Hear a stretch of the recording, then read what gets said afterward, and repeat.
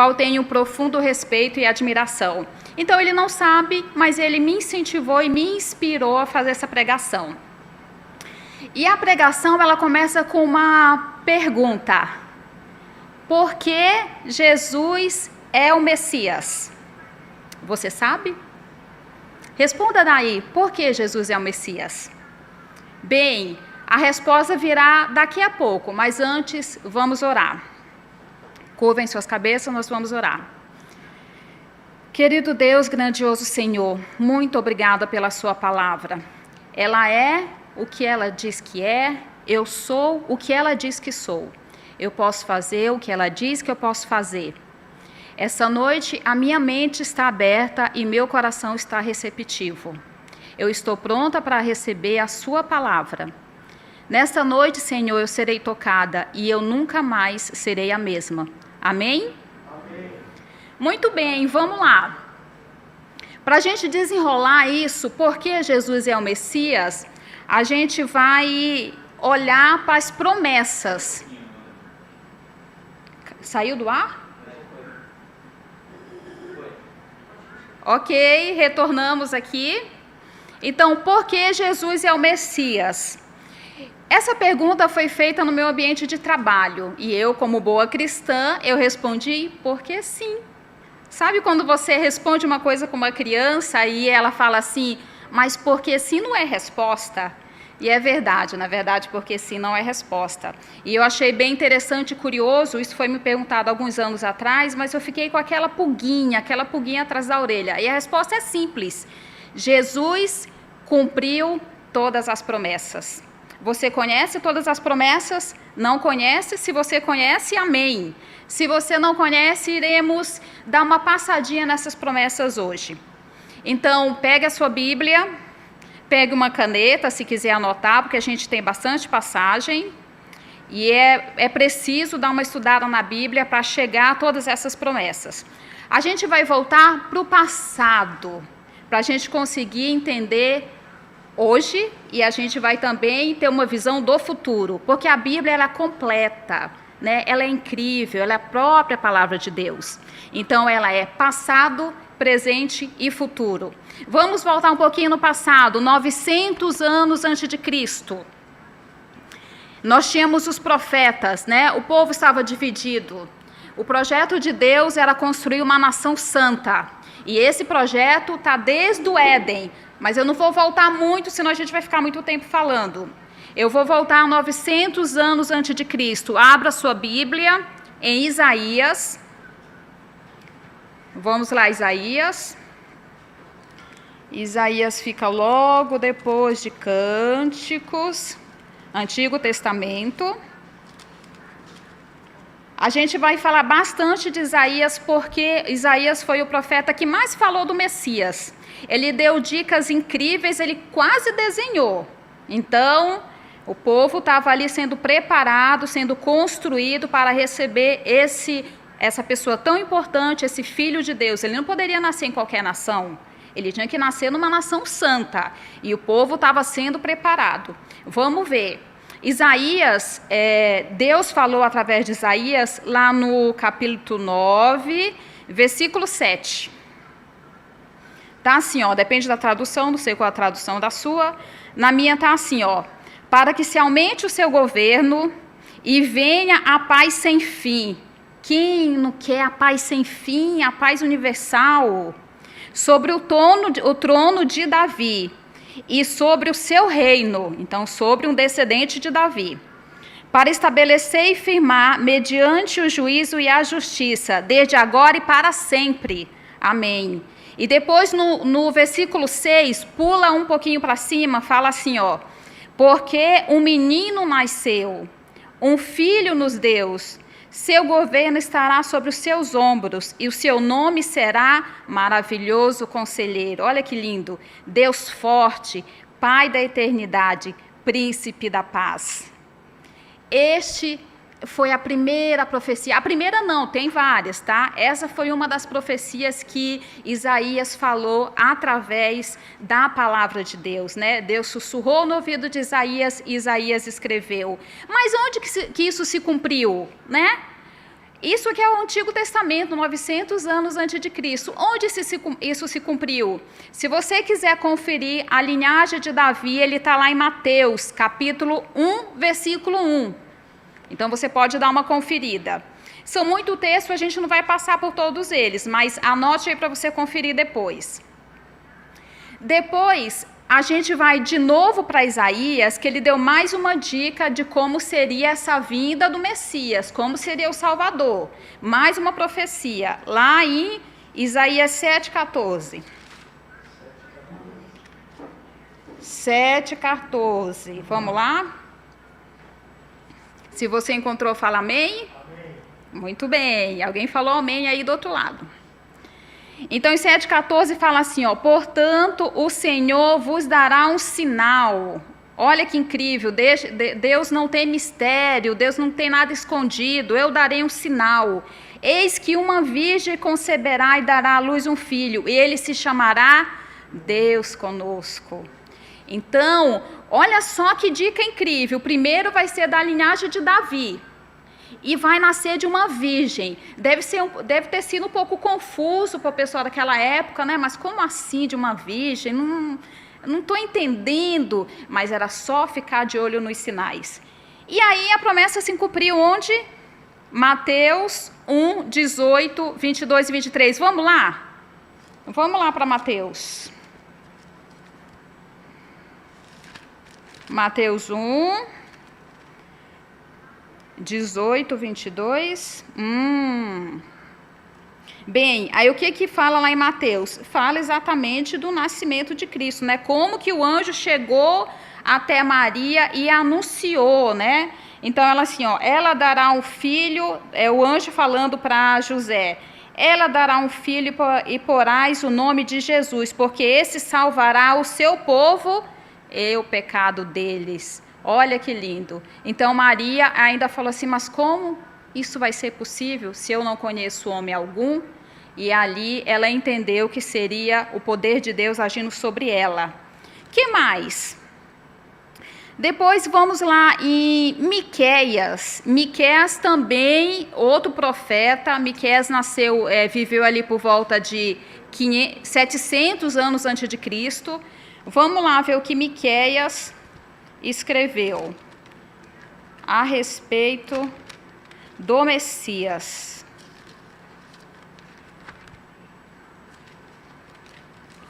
Miqueias, acharam aí? Eu achei. Então, Miqueias 5:2. Capítulo 5, versículo 2. Espero que você tenha achado. Se você não tiver achado, anote aí. Vamos lá.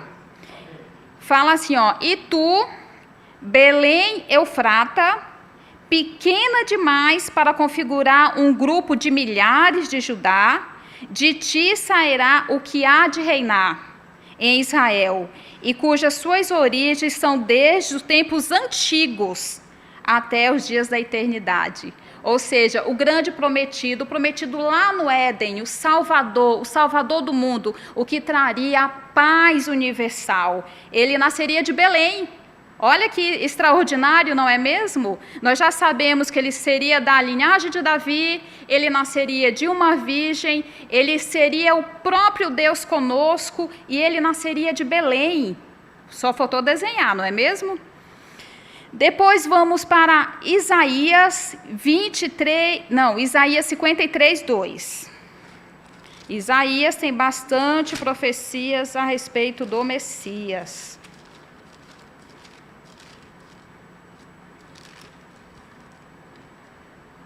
Vamos lá, 53:2.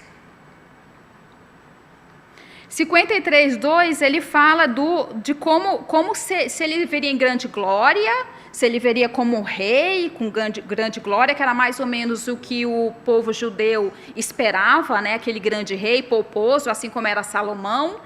E eles tinham essa ideia de que o Messias viria trazer paz, derrubar aquelas nações inimigas, seria mais ou menos esse tipo de liberdade que eles esperavam.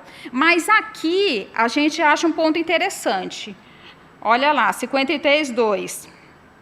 Porque foi subido como renovo perante ele e como raiz de uma terra seca. Não tinha aparência nem formosura. Olhando-lo, mas nenhuma beleza havia que nos agradasse. Então não ia vir aquele rei cheio de glória, cheio de pompa, lindo como Saul. Não, seria humilde e não chamaria atenção para si. Isso se cumpriu? Isso se cumpriu, né? Lá em Lucas 2:7. Vamos lá para Lucas 2:7, saber como que se cumpriu essa profecia? Vamos lá em Lucas. Veja que eu estou o tempo todo entre Antigo Testamento, Novo Testamento. Profecias do Antigo Testamento, cumprimento no Novo Testamento. Então vamos lá, Lucas. Lucas 2:7, né? E ela deu à luz a seu filho primogênito, enfaixou e deitou em uma manjedoura, é um estábulo, tá? Não tem nenhuma glória, nenhuma polpa, numa manjedoura, porque não havia lugar para que eles se hospedassem. Então, ele não nasceu em grande glória, grande polpa, ele não nasceu nos grandes palácios de reis, ele nasceu humilde num estábulo. Vamos lá, o que nós temos mais de profecias? Lá em Jeremias 31:15, ele fala sobre as crianças, né? Ia ter muita morte de bebês. Vamos lá em Jeremias. Jeremias 31:15.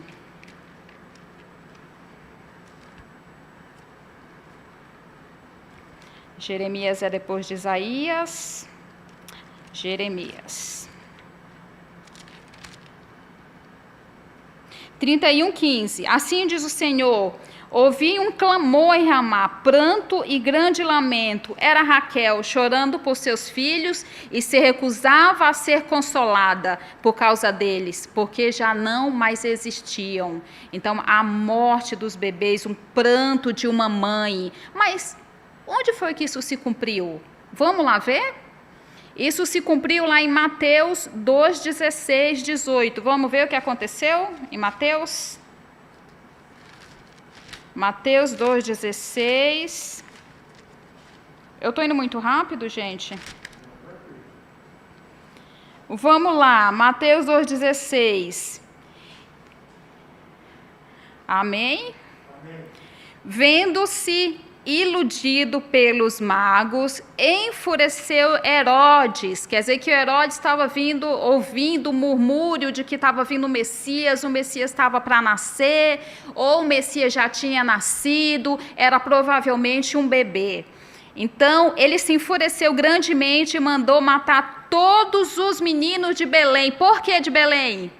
Porque a profecia dizia que era em Belém. Os magos tinham acabado de comparecer perante Herodes e falou assim: olha, vai nascer em Belém, a profecia vai se cumprir. Herodes, né, se encheu de grande fúria e falou assim: matem todas as crianças e todos os seus arredores de 2 anos para baixo, conforme o tempo do qual com precisão se informaram os magos. Os magos, eles estavam tão informados a respeito das profecias que eles sabiam que era aquele momento que Jesus já tinha nascido, o Messias já tinha nascido e era em Belém. É interessante a gente olhar para esse contexto, porque às vezes os grandes estudiosos bíblicos, as pessoas extremamente religiosas, elas não se deram conta desse detalhe. Elas esqueceram a profecia por um momento. E os magos que vieram de longe, eles estavam mais atentos a esse detalhe. O Messias nasceu, e ele nasceu em Belém. Vamos lá, o que mais? Que mais profecias nós temos a respeito que prova que Jesus é o Messias? Jesus nasceu, era da linhagem de Davi? Sim. Jesus nasceu de uma virgem? Sim. Jesus nasceu em Belém? Sim. Jesus nasceu com muita humildade? Sim. Tem uma outra profecia que fala assim, ó, em Oséias 11:1. Vamos ver. O que disse Osés? Osés também viveu muitos anos antes de Jesus nascer. Oséias está depois de Jeremias.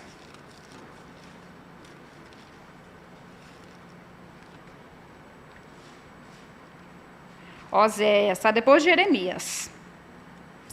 Oséias 11:1. Vamos lá. Oséias 11:1 fala assim, ó. Quando Israel era menino, eu o amei. Ou seja, quando Israel ainda era uma nação pequena, ainda estava, né, engatinhando, eu o amei. E do Egito chamei o meu filho.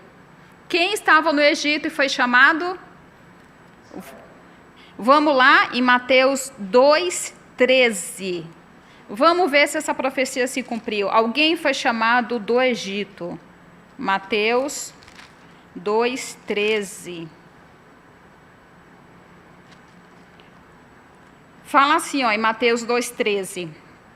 Se vocês não estiverem acompanhando todas as leituras, esse vídeo continua no YouTube e a gente pode voltar, anotar, ir para frente. Mateus 2:13 fala assim: e tendo eles partido, eis que apareceu um anjo do Senhor a José em sonho e disse: põe-te, toma o menino e a sua mãe e foge para o Egito, e permanece lá até que eu te avise, porque Herodes há de procurar o menino para quê? Para o matar. Então, Herodes estava furioso para salvar Jesus, que era só um bebezinho, foge para o Egito. E fica lá até eu te dizer que você tem que retornar. E assim aconteceu. Então, mais uma profecia que se cumpriu. Que mais? Temos tempo ainda? Temos bastante tempo, né? Em Isaías 42:2, fala como que Jesus foi servo e como que Jesus foi justo. Vamos lá, Isaías. Esse livro de Isaías, se você não conhece, eu indico que é maravilhoso. Nós estamos estudando ele na escola sabatina. Se você não conhece, nos acompanhe nos sábados, logo depois do culto, vem a escola sabatina e a gente está estudando bastante sobre o livro de Isaías, um dos profetas messiânicos, que falou bastante do Messias. Lá em 42:2... que fala lá em 42:2, vamos lá, estou chegando. Eis aqui o meu servo, a quem eu sustento, o meu escolhido, em que a minha alma se compraz. Pus sobre ele o meu espírito, e ele promulgará o direito para os gentios. Ou seja, ele está falando de justiça. Ele está falando de justiça para todos, não justiça apenas para um povo, justiça para todos, inclusive os gentios. Então, os gentios são eu e você, nós que não viemos da linhagem de Abraão, certo? E onde isso se cumpriu? Lá em Mateus 12:17. Vamos lá? O próprio Jesus citou essa profecia. Mateus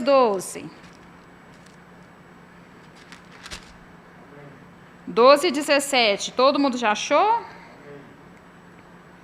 Olha o que Jesus disse: para se cumprir o que foi dito por intermédio do profeta Isaías, eis aqui o meu servo, que acolhi, o meu amado, a quem a minha alma se compraz. Farei repousar sobre ele o meu espírito, e ele anunciará juízo aos gentios.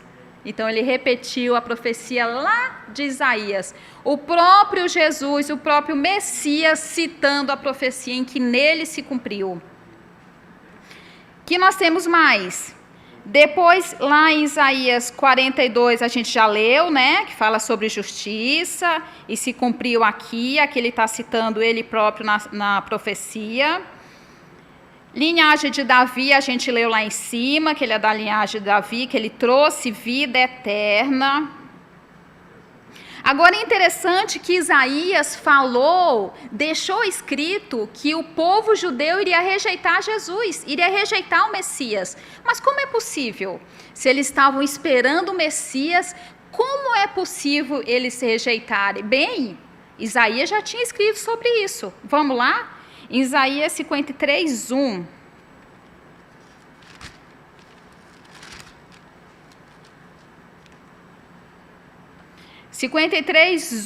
Opa, eu estou no 51.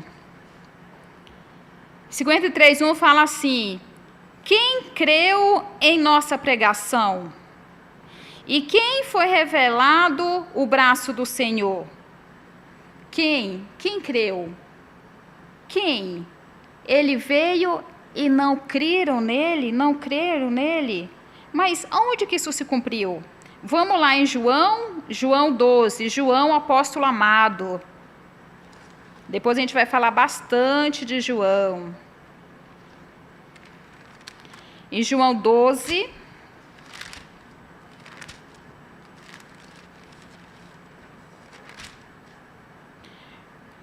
João 12, 37.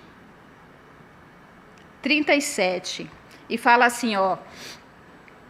E embora tivessem feito tantos sinais, na sua presença não creram nele. Para se cumprir a palavra do profeta Isaías, que disse: Senhor, quem creu na nossa pregação? E quem foi revelado o braço do Senhor? Então, aqui estamos falando de Jesus. Quem creram? Quem creu em Jesus? Com tantos sinais, com tanta prova de que ele era o Messias, quem creu? Não creram. Depois fala assim, ó, ele ainda, além de não crer, ele ainda foi uma pedra de tropeço. Isaías falou isso, lá em Isaías 8,14. Eu sei que está cansativo, queridos, mas é assim mesmo. A gente tem que ir e voltar. Isaías 8,14, o que diz lá? Diz assim, ó: ele vos será santuário, mas será pedra de tropeço e rocha de ofensa à casa de Israel, laço e armadilha aos moradores de Jerusalém. Muito entre eles tropeçarão e cairão, serão quebrantados, enlaçados e presos. Por quê? Porque Jesus não veio como eles estavam esperando.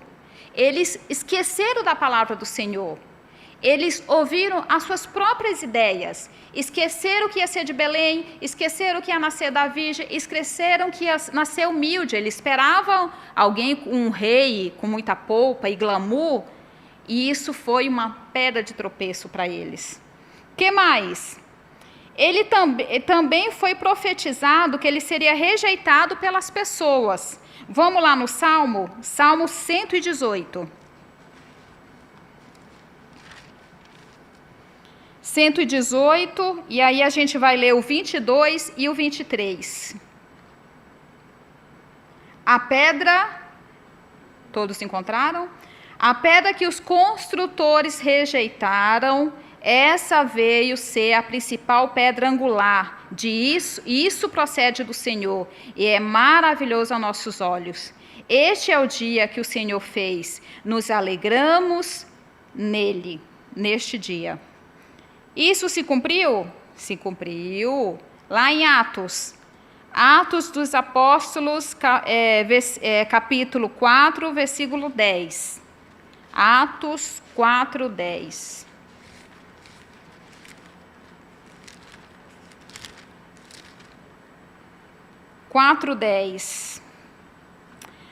Tomai conhecimento, vós todos, e todo o povo de Israel, em que, em nome de Jesus Cristo, o Nazareno, a quem vós crucificastes e a quem Deus ressuscitou entre os mortos, sim, em seu nome, este será curado perante vós. Então, aqui uma declaração clara desse Jesus Nazareno.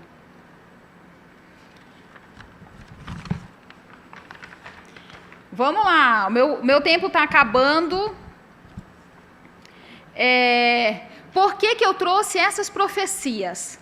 Por que eu estou falando tanto o Messias já veio, né? Não se cumpriu as promessas, nós não sabemos, eu e você. É importante a gente voltar ao passado. Tem um pequeno trecho, não me lembro quem que tem essa fala, ele fala assim, ó, o povo que não conhece seu passado está condenado a repeti-lo.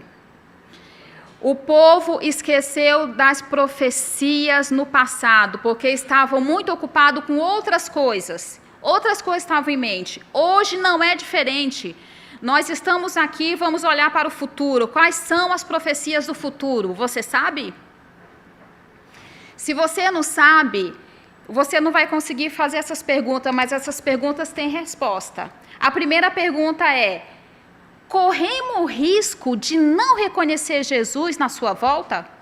Jesus está para voltar. Você sabia? Você sabia que nós estamos no tempo do fim? A nossa geração, nós já estamos no tempo do fim. Este é o tempo do fim. É por isso que nós precisamos agora, neste momento, lembrar das profecias. As profecias estão dizendo como Jesus virá. As profecias estão dizendo se ele vai vir humilde ou em grande glória. As profecias estão lá. Será que nós teremos capacidade de reconhecer Jesus?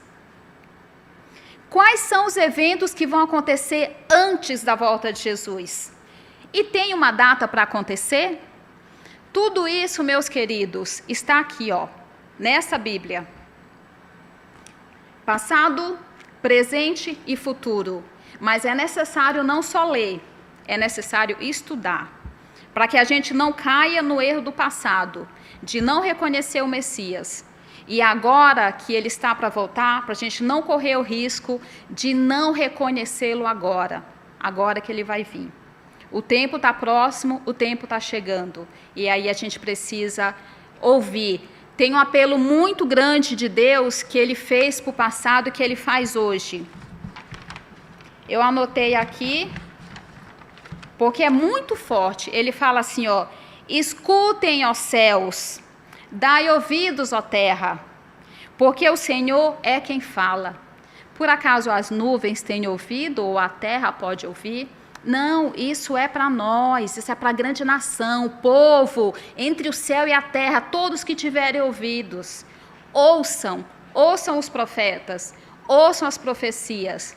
O tempo está acabando e Jesus está por vir. Vamos pensar nisso, vamos entregar essa semaninha para ler um pouquinho, ouvir a palavra de Deus. Você anda ouvindo a palavra de Deus? Não é essa vozinha que está aí, não, isso é outra coisa. A palavra de Deus é essa aqui. Muito bem, irmãos? Então, agradeço muito pelo esse momento com vocês, pela oportunidade de falar. Voltamos, vamos fazer uma oração. Onde você estiver, curve sua fronte, vamos orar. Senhor nosso Deus, muito obrigada até aqui. Até aqui nos ajudou o Senhor.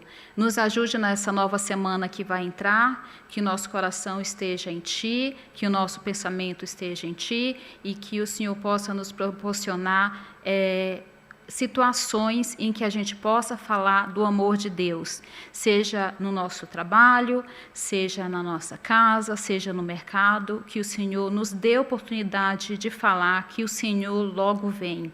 Muito obrigada, fique conosco durante a semana, é o que te pedimos e te agradecemos, em nome de Jesus, amém.